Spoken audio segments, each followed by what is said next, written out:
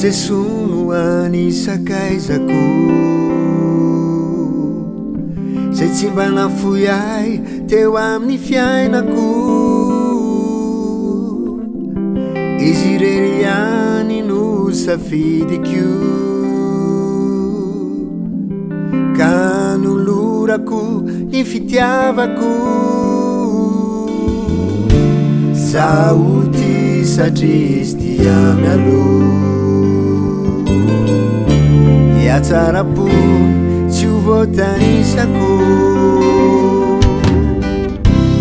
izy no fiainako manomboky zao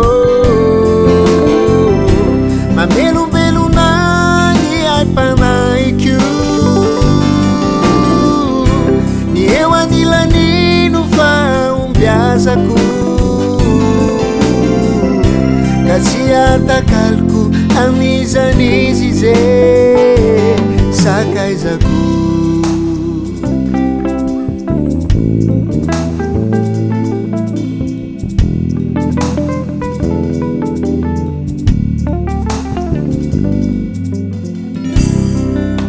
jesono rehareako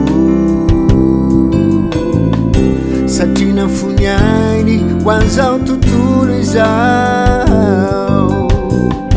tsy nisy navitany zava-pitany lay nanolorany ny farafitiavany izy no fiainako manomboky zao mamelombelona ny aim-panaiko ny eo anilanino fa ombiazako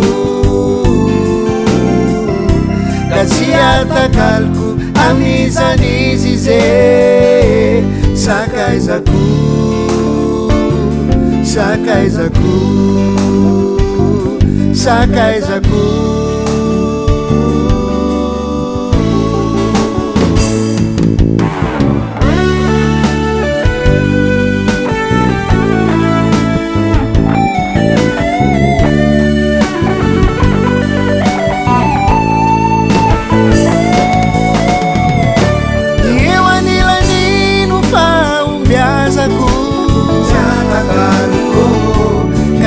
atakaloko anizanizy ze fatompo tena tsara mahay mikarakara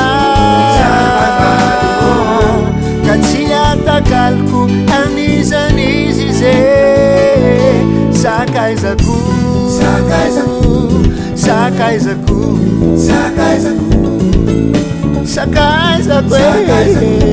sakaizako sakaizako izy mbanamako izy ny sakaizako sakaizako sakaizako jesu jesu jesu sakaizako andriamanitra tsy mafoy izy sakaizako tena ty izy sakaizako maso no memboninaitry sakaizako aza ho azy